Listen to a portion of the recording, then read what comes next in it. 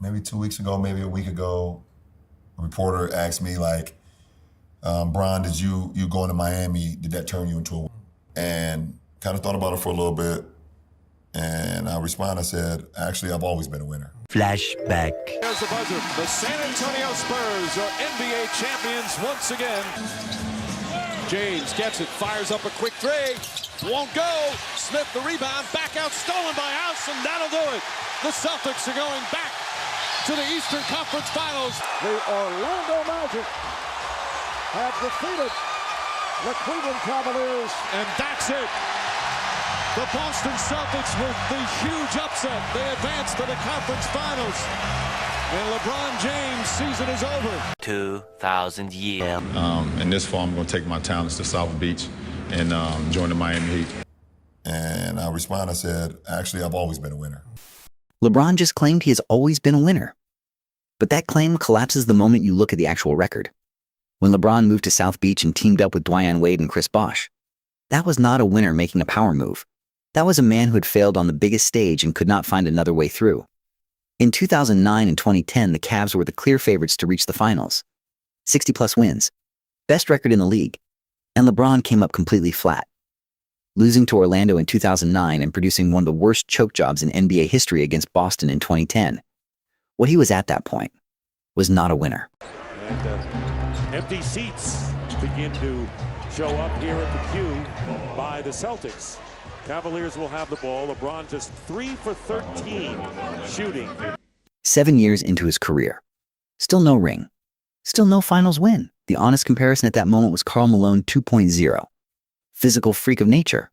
Unbelievable stats. Durable. Consistent. And completely unable to deliver when it mattered most on the biggest stage. LeBron now says he would have been just as dominant without Miami. Maybe fewer rings, but dominant from start to finish. That statement is not just wrong. It completely ignores what Miami actually built for him and what that environment gave him that Cleveland never could. Short. To show how dominant he would have been in Miami, saying, damn right, I still would be. I'm chosen. Ain't nothing changing that. Maybe less rings, but dominant from start to finish. Well, guess what? Being there helped you get to the point where you ultimately became who you were. I don't know if LeBron James becomes that dude if you didn't have that support. LeBron has been throwing subtle jabs at the Heat for years now, downplaying the super team, minimizing what Wade and Bosh actually meant to his development and his championship window. And here's the real problem with that. Most of his current fan base never saw him in Cleveland the first time, never saw the collapses, never saw the 3 for 13 shooting game against Boston. They only know Lakers LeBron. The polished, branded, legacy-managed version. That original LeBron, the one before South Beach. What he was not was a winner. And when that narrative finally changed, it changed because he joined Wade, Bosh, and Pat Riley, not because he powered through anything on his own. Bron, did you going to Miami, did that turn you into a winner? And kind of thought about it for a little bit. And I responded, I said, actually, I've always been a winner. I strenuously disagreed with what he said. At the time that he had arrived in Miami, he had two regular season MVPs and 1 finals appearance through his first 7 seasons. LeBron, do you realize the reason why you got into the GOAT conversation? Because of what transpired in Miami? You won 2 more finals MVPs. You won 2 more regular season MVPs. You went to 4 straight finals. LeBron, how can you say that your career was going to be the same without going to Miami? Shannon Sharpe, one of the biggest LeBron fans alive, said LeBron is absolutely not telling the truth. When your most loyal defender cannot back your own story, that ends the debate right there. LeBron is rewriting history in real time, and most of his fan base is letting him do it because they never saw him before Miami. Now compare the first 7 years of LeBron and Jordan's careers. Almost identical. One massive difference. When Jordan met adversity, he powered through it. When LeBron met it, he went sideways and sought more help. Jordan from 1985 to 1987. Act 1. Individual dominance. Scoring figures that would make James Harden blush. The greatest individual talent anyone had seen. Then Act 2. 1988 to 1990. The Pistons. A wall he could not break through alone. And here is what separates the greats. You do not leave your own teammates and join the other team. You keep getting better. You add to your arsenal. You grind until you finally break through. That is exactly what Jordan did. And what he did next on the court.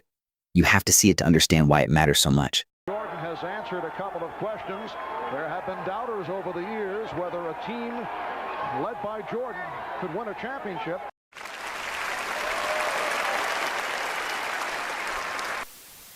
That right there is the hero's journey playing out in real time on the floor. Jordan did not stack the deck. He did not find two superstars to carry the load. He faced his demons and eventually vanquished them completely. Act 3. Championship earned, demons gone. The right way. Now look at LeBron side by side. 2004 to 2007. Act 1. Individual greatness, first finals. Then adversity hit in 2008 and 2010. Boston. Orlando. Knocked down hard. The question was simple. Stay and fight. Or leave. LeBron left, joined two superstars in South Beach, and in doing so, stepped completely off the path Jordan walked alone. Jordan had something to say about exactly that kind of decision. One line. Direct. No filter. And it still cuts through everything. Here is exactly what he said. What I'm seeing now is that actual grind to come into a new situation, start at the bottom, and gradually get yourself closer to that ultimate goal of winning the world championship. And I think that if I do win it, I can see all the levels and all the steps, and it can be more gratifying. Big changes for the Cavaliers as they fall short once again. In this fall, I'm going to take my talents to South Beach. Start at the bottom and gradually get yourself closer to that ultimate goal of winning the world championship. And I think that if I do win it, I can see all the levels and all the steps, and it can be more gratifying. Never cheated the game. That is Michael Jordan. 6 finals, 6 rings, 6 finals MVPs. Every single time. Earned the hard way. No shortcuts. No stacking the deck. No leaving teammates behind. Just staying. Grinding. Getting better every single year. Breaking through the wall that stood in his way. That line carries real weight when you look at how Jordan actually won. He did not engineer a super team. He did not recruit 2 other stars to carry the load. He trusted his process and he made it work. Now here is where it gets interesting. Because LeBron James said the exact same words. Same claim. Same conviction. Can you honestly say you never cheated the game? When you left your team, joined 2 superstars, and built a super team to win a ring you could not win alone. Watch what LeBron says next. Ask yourself, do the words match the decisions? 20 years playing this game, and in all the years before, I've never, ever cheated the game. Are you committing me? LeBron said it himself. Never cheated the game. But cutting corners does not always look obvious. Sometimes it gets called player empowerment. Sometimes the whole world cheers for it. Here is the reality. Jordan faced his wall, the Pistons, and stayed. Got better, came back stronger every year until nothing could stop him.